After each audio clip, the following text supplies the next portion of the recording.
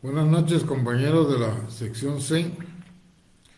Vamos a dar inicio a nuestra última clase, con el último punto del programa que se refiere a la política fiscal. El tema de la política fiscal es es una figura que surgió prácticamente cuando concluye la Primera Guerra Mundial, que se desarrolló en 1914 a 1918. Todo lo que se refiere a las reglas económicas eh, cambiaron totalmente después de haber concluido esa Primera Guerra. El segundo cambio en lo que se refiere a la política fiscal fue después de que concluyó la Segunda Guerra Mundial.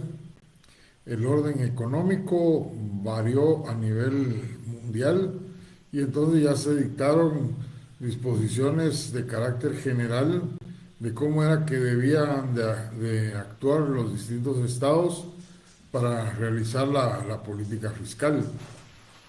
Derivado de que la política fiscal de un país tiene como un objetivo general la estabilización de su sistema económico. Debe de evitar los desequilibrios y realizar los ajustes necesarios. Esos desequilibrios que surgen precisamente por la existencia de los ciclos económicos. En la última clase, en la penúltima clase, hablamos de los ciclos económicos que se refieren, se recuerdan ustedes, a la inflación y a la depresión. Pues de eso se trata la política fiscal. Buscar la manera de mantener un equilibrio, una economía estable, sin mayor porcentaje de inflación y mucho menos caer en una depresión. ¿Se recuerdan? Se me olvidó decirlo al principio. ¿Se recuerdan que les dije el día último de clases presenciales que de este tema no tengo material? Mañana por la tarde les voy a estar enviando el crédito público. Así que voy a hablar un poco pausado para que ustedes puedan después oír de nuevo este video y tomar más apuntes que los que están tomando ahorita, van a empezar a tomar. Unas definiciones de política fiscal puede ser que la política fiscal es la serie de decisiones que el gobierno debe de implementar de manera de lograr la armonía económica y social en función del gasto público y de sus ingresos. Otra definición es el proceso de disponer de los impuestos y los gastos públicos de manera que ayuden a un tiempo a amortiguar las oscilaciones de los ciclos económicos y a mantener una economía progresiva con elevado nivel de empleo y libre de inflación y depresión. Si se dan cuenta, en estas definiciones, lo que se está refiriendo prácticamente es a los ingresos, al manejo, a la forma como deben manejar los ingresos. Y tal y como su nombre lo dice, política fiscal. Los ingresos se refieren no solo a los ingresos tributarios, sino a cualquier otro ingreso que pueda tener el Estado, como los provenientes de su propia actividad. Pero tiene que ver también con respecto al gasto público. Y el manejo adecuado de estos dos grandes elementos son los que le van a permitir mantener un equilibrio sobre su sistema económico y desde luego lograr el desarrollo económico. La diferencia con la política financiera es que esta política financiera es una actividad, es la actividad final del Estado, mediante la cual se decide el empleo del gasto y los recursos públicos y la forma de los recursos públicos, cómo se van a destinar con respecto a esto del gasto. La política fiscal siempre se va a manifestar por medio del presupuesto de la nación. Pues en él se va a observar si hay una correlación entre los ingresos y los gastos. Y si entramos a analizar los gastos del presupuesto, pues vamos a poder establecer si en esos gastos solo se han plasmado los gastos definitivos o si se han incluido gastos de proyectos de inversión. En el caso de nuestro presupuesto, pues claramente vamos a ver que la política fiscal del país no está orientada a los proyectos de inversión. Todo lo contrario, el presupuesto con respecto a los ingresos, estos están orientados a satisfacer necesidades ordinarias. Y el déficit presupuestario que aparece en el presupuesto y que se cubre por medio del crédito ya sea interno o externo, pues sencillamente es para atender las necesidades ordinarias, puesto que, como dijo Matus Benavente, nosotros estamos dentro de una economía deficitaria, con déficit fiscal. La política fiscal en la actualidad, sencillamente lo que nos dice es cómo se va a realizar el gasto público y cómo es que se deben obtener más recursos públicos para que el Estado pueda cumplir con sus fines, con los propósitos. Por eso es que cada gobierno tiene su propio poder financiero, que es cómo manejar los impuestos y los gastos, pero también tiene su propia política fiscal que ya engloba los impuestos y las demás formas de obtención de recursos que tiene el Estado. O sea, el poder financiero se refiere únicamente al manejo de los tributos y lo referente al gasto. Política fiscal es un concepto mucho más amplio que se refiere a la forma como el Estado va a realizar el gasto público, ¿sí?, según esa política financiera, pero también cómo es que va a obtener más recursos públicos, no únicamente lo referente a los impuestos. Desde luego, la política fiscal influye en la economía pública y privada, pues dependiendo de la clase de política fiscal que estén creando, pues así va a aumentar o disminuir el consumo, por un lado, y por el otro, pues puede también incentivar la inversión o el ahorro, dependiendo. ¿Se recuerdan cuando hablábamos de la burbuja inmobiliaria? ¿Qué fue lo que hicieron los inversionistas, los dueños del capital? Pues proteger sus capitales. ¿Y cómo lo hicieron? Pues adquiriendo bonos del tesoro. O sea, no se pusieron a invertir.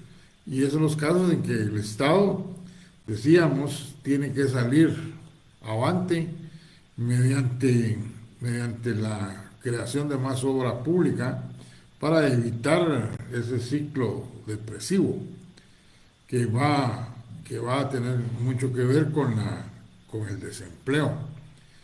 La política fiscal debe buscar ese equilibrio, que no haya inflación, pero que tampoco que haya desempleo. O sea, debe de incentivar la inversión básicamente. Bueno, aparte de eso, debemos de establecer que atendiendo a la política fiscal se debe tratar de mejorar la economía de un país. ¿Y cómo se va a lograr mejorar la economía de un país? Pues el Estado básicamente debe crear más obra pública, pero esta obra pública no debe ser orientada únicamente dentro de los gastos definitivos, como podría ser construir centros de salud o escuelas, sino que, porque estos son gastos definitivos, es prestación de servicios públicos, sino que también creando proyectos de inversión. Eso es básico para lograr el desarrollo económico de un país. Y en segundo lugar, pues teniendo una recaudación tributaria estable y mejorando, o sea, aumentando. Guatemala en ese sentido sí ha cumplido mediante la institución que fue creada en 1998, en el tiempo del presidente Arzú, ante los problemas que presentaba la Dirección General de Rentas Internas y la Dirección General de Aduanas, que había muchos actos ilegales, mucho vicio. Entonces optaron por seguir el ejemplo de Perú, que fue donde se creó por primera vez una superintendencia de administración tributaria, siempre mediante la asistencia del Banco Mundial. Se ponen de acuerdo con el Banco Mundial y establecen aquí en Guatemala también la superintendencia de administración tributaria, pero la de Guatemala es mucho más amplio, mucha más grande su competencia, además de la autonomía que le otorgaron. En México hay una SAT, pero la SAT funciona como adscrita al Ministerio de Hacienda y Crédito Público, que es el equivalente del Ministerio de Finanzas Públicas. O sea, cuando se crea la SAT, empiezan por establecerse que cada año deben de firmarse con el Ministerio de Finanzas un acuerdo sobre las metas de recaudación. Y como ustedes se han dado cuenta, el presupuesto, ya vimos por qué crece, cada año ha ido creciendo y también cada año ha seguido aumentando la recaudación tributaria. Recuérdense ustedes que hace un año o 2 años, no me recuerdo, la superintendencia hizo público que había superado las metas y que habían muchos más millones recaudados. Desde luego, cuando esa situación se dio, empezaron las manifestaciones escritas y en los medios radiales solicitándole al Estado que esos dineros que estaban como excedente de las metas de recaudación fueran utilizadas para beneficios de la colectividad. Y otros decían, bueno, eso es una buena noticia para que no se endeude más el Estado y en todo caso se pague deuda pública. Ninguna de las dos cosas, lo que ese gobierno decidió, me recuerdo que fue en el tiempo de Jimmy Morales, fue adjudicarle al Ministerio de Comunicaciones esos ingresos. Y ustedes saben lo que pasa en el Ministerio de Comunicaciones, más dulces para la piñata, ¿verdad? Esa es una situación que en Guatemala sí se mantiene mejorar la recaudación tributaria. Es estable y mejorando. Cada año aumenta. Y eso se debe a que el directorio original, o sea, el que empezó con la administración tributaria, tuvo la visión de que era necesario seguir los pasos de otras administraciones que ya tenían funcionando la factura electrónica. Y se creó por primera vez la factura electrónica, la que, conforme han pasado los años, se ha ido mejorando hasta llegar a los extremos actuales, que la administración tributaria tiene un control total de los contribuyentes con esto de la factura electrónica. Se evitó totalmente el vicio que existía de las facturas dobles, que provocaban la doble contabilidad. Ahora solo hay una factura, y esa factura se emite bajo la supervisión prácticamente de la SAT.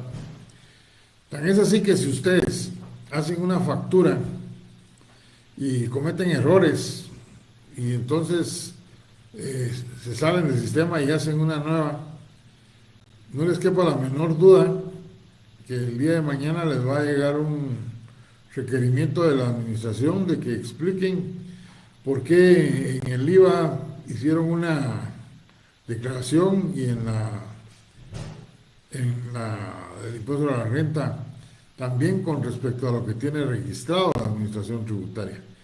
Esa factura que dejaron abierta, que para ustedes estaba anulada, que no servía, para la SAT está vigente. ¿Por qué? Porque ustedes no llevaron a cabo el proceso de anulación. Esto es un adelanto de las cosas que se miran en el siguiente semestre. Entonces mejoramos la economía mediante la obra pública orientada básicamente a la inversión y mediante una recaudación estable y siempre aumentando. ¿Cuáles son las clases de política fiscal? Hay una política fiscal que se llama expansiva. Esta lo que hace es aumentar el gasto público. O sea, más recursos mediante obras, más contratación de personas, y con eso logra reducir el desempleo. Pero persigue además esta política fiscal reducir impuestos para que las personas tengan más dinero para consumir. O sea, debiera de reducir el impuesto de la renta, el using, pero básicamente el IVA. Y eso es algo que no va a hacer ningún gobierno, por lo menos el de Guatemala, puesto que es su principal fuente de recursos tributarios conjuntamente con el impuesto sobre la renta. La otra es la política restrictiva. Esta política básicamente sirve para frenar la inflación. Esta es la clase de política que utiliza el Estado de Guatemala, puesto que lo que se busca es reducir el gasto para rebajar la demanda y la producción, y debe de subir los impuestos. Esta última parte es la única que no se ha aplicado en los últimos años. Y por último, la discrecional. Esa es la que realmente debiera de estar aplicando el Estado guatemalteco, y que generalmente es lo que hace, porque es la que busca mantener el equilibrio de la inflación para evitar caer en el ciclo depresivo. Y para eso tiene que haber una combinación entre la SAT, Banco Guatemala, Ministerio de Finanzas, Planificación Económica. Todos ellos tienen que ponerse de acuerdo para las medidas que se van a establecer para mantener el equilibrio y del sistema económico del país, evitando la inflación. Bueno, aparte de esto, es necesario que ustedes sepan cuáles son las teorías clásicas o cómo se pensaba antes sobre la política fiscal. Les voy a dar 5 de esas políticas que existían. Una era que el Estado debía obtener recursos para atender los gastos del Estado, básicamente. Esto es algo que se practicaba en la hacienda pública, recuerden ustedes, en la hacienda pública que viene del Estado feudal, cuando solo se atendían las necesidades del Estado y no tenía nada que ver con las necesidades de la población. Posteriormente surgen más necesidades y por todos esos fenómenos sociales que se dieron, pues ya empiezan a atender parte de las necesidades sociales. Sin embargo, una de las políticas de aquellos tiempos era que las demás necesidades que no eran del Estado debían ser cuestión o ser atendidas por la iniciativa privada. O sea, por eso habían escuelas privadas de pintura, de canto, enseñando latín y todas aquellas ciencias que en aquellos tiempos eran importantes y que en la actualidad no tienen relación. Otra cuestión importante es que no era intervencionista. El Estado no participaba dentro de las actividades que realizaba la economía privada, sino que los dejaba actuar libremente. Y como consecuencia de esto también entonces había una libertad de las transferencias internacionales de mercancías y de capitales. En otras palabras, había un neutralismo financiero de la actividad económica en manos de la iniciativa privada. Totalmente separada la actividad privada de la actividad estatal. Desde luego, habían dos doctrinas que regían estas políticas. Una era los gastos públicos reducidos al mínimo. Esa era una doctrina. Y la otra, el equilibrio presupuestario.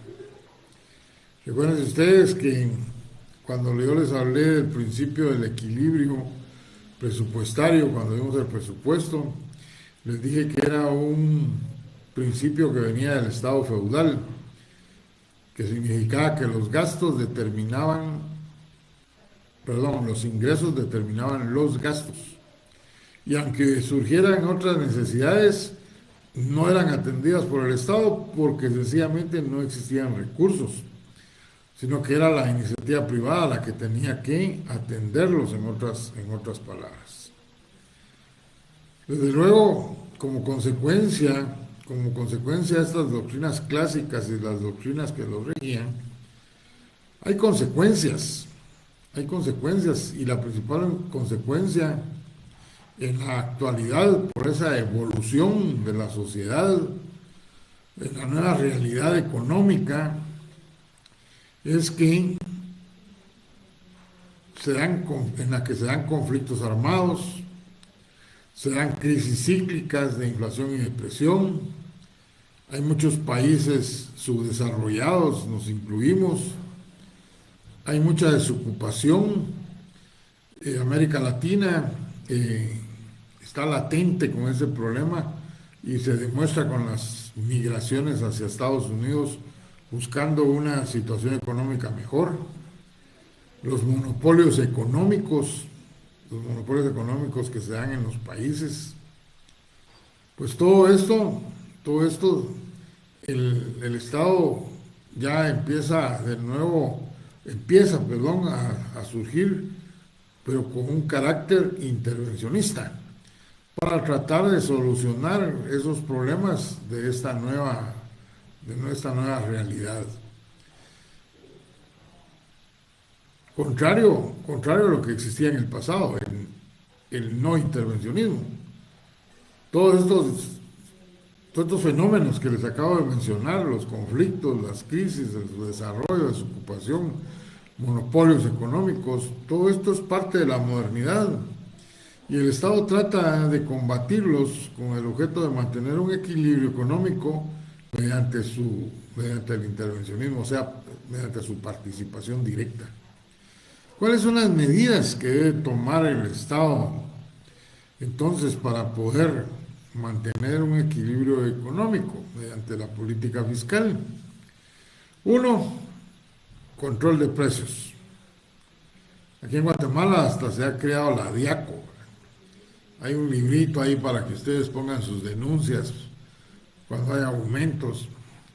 La SAT indirectamente participa de esa situación para ver si están los colegios prestando otros servicios que no sean los exentos por mandato constitucional, para que emitan facturas y que los precios de los libros no aumenten en beneficio de los colegios. También los colegios ya tomaron sus medidas. Mejor llaman a cada una de las entidades que crean estos libros y se ponen a principio de año a venderlos directamente, y ellos son los que facturan. Otra medida es el control de los salarios. Aquí en Guatemala el control de los salarios se lleva a cabo mediante las comisiones paritarias que empiezan a trabajar desde meses anteriores al final de año para hacer una propuesta al Ejecutivo de cuál debe ser el salario mínimo y que se supone que este debe estar acorde al valor de los productos de la canasta básica. Situación que definitivamente no es así, porque nunca se ha logrado, o sea, nunca han logrado esto, e incluso se han dado épocas en que el salario mínimo no es modificado, porque la excusa es que la situación económica del país no lo permite, o sea, no se ha logrado un mayor desarrollo. Y eso lo que podría provocar, si no hay un crecimiento del Producto Interno Bruto, es que va a provocar inflación. Otra de las medidas es la nacionalización. Aquí en Guatemala eso no se ha dado. En otros países podrá ser, pero aquí en nuestro no. Otra medida, el control de los ciclos económicos. Guatemala, para el bienestar de nosotros, todavía no hemos hablado de depresión, pero sí hemos tenido en el ciclo económico de la inflación situaciones bien difíciles que han sido provocadas muchas veces por el precio internacional de productos como los derivados del petróleo, que ha aumentado el diésel, la gasolina, y eso hace que aumente inmediatamente todo. ¿Por qué? Porque, solo fue un ejemplo, el que vende en una aldea vegetales, verduras, todo esto para el consumo diario, tiene que ir al mercado más próximo. El que vende en el mercado más próximo va a la terminal a conseguir mejores precios. Todo esto implica flete, y el que hace el flete, una vez aumentó el precio de la gasolina o el diésel, aumenta el valor del flete, y los que compran esos bienes de consumo automáticamente le aumentan el precio a esos productos. Y entonces, definitivamente hay una inflación provocada por el aumento de los precios de los consumos. Y eso es lo que el Estado tiene que combatir y muchas veces se le hace imposible cuando hay influencia de carácter internacional, como el caso que les estoy citando. Cuando es interno es mucho más fácil. Cuando se dan los acaparadores, por ejemplo, ahorita quisieron acaparar maíz y frijol. ¿Qué hizo el Ministerio de Economía? Liberar inmediatamente del pago de impuesto de importación, o sea, los aranceles, y dijo tantas toneladas métricas pueden ser importadas por los guatemaltecos que pidan autorización sin pago de impuestos para hacerlos competir contra los acaparadores que no se pueden quedar con esos productos por mucho tiempo, entonces los tienen que sacar a la venta, ya a los precios reales. Otra medida es lograr la plena ocupación, o sea, crear un mercado de trabajo. Esta es una materia perdida por Guatemala, porque las fuentes de trabajo son muy escasas. ¿Cuántos miles, pero miles de estudiantes se gradúan de contadores, se gradúan de bachilleres y de esa otra clase de bachilleratos que tienen que ver con alguna actividad económica que han ido creando los colegios, pero que al salir ya al mercado se encuentran con el gran paredón de que no existen esas fuentes de trabajo. Y entonces lo que hace que se produzca el famoso sistema informal que ya existe en demasía en Guatemala, pero algo más grave, que provoca la migración de los guatemaltecos, la migración de gente joven en búsqueda de una mejor situación económica, y que con el transcurso del tiempo de seguir en esa situación, lo que vamos a tener en el futuro es una carestía de fuerza de trabajo joven para lograr el desarrollo económico en el país. Se necesita entonces que el Estado venga a crear más fuentes de trabajo. Y no vamos a seguir hablando de eso porque llevaríamos unos 20 minutos hablando de cómo. Ese es otro tema.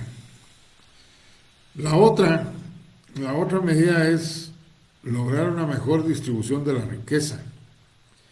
Y cuando dicen una mejor distribución de la riqueza, todos piensan que es violar ese principio constitucional del respeto a la propiedad privada. Tengo muy presente el año pasado, cuando gana en la primera vuelta el actual presidente con su vicepresidenta, que inmediatamente les empezaron a señalar como un gobierno que iba a violar este principio constitucional o iba a buscar la manera de que se derogara para poder actuar como actuaron los gobiernos de la Revolución, que crearon una serie de reformas, una nueva legislación que estaba orientada en un buen porcentaje a beneficiar a las sociedades que no manejaban el capital de aquel tiempo. Recuérdense ustedes que se crearon los famosos parcelamientos, se creó el Código de Trabajo, se creó el ICS, las escuelas federación, bueno, una serie de obras, y incluso la reforma agraria, y ese fue el caballito de batalla con tal de desprestigiarlos, para que no ganaran la segunda vuelta, cosa que no cabe duda, la mayor parte de la población no se la creyó, y ahí tenemos los resultados. Y es que una mejor distribución de la riqueza no significa violar la propiedad privada.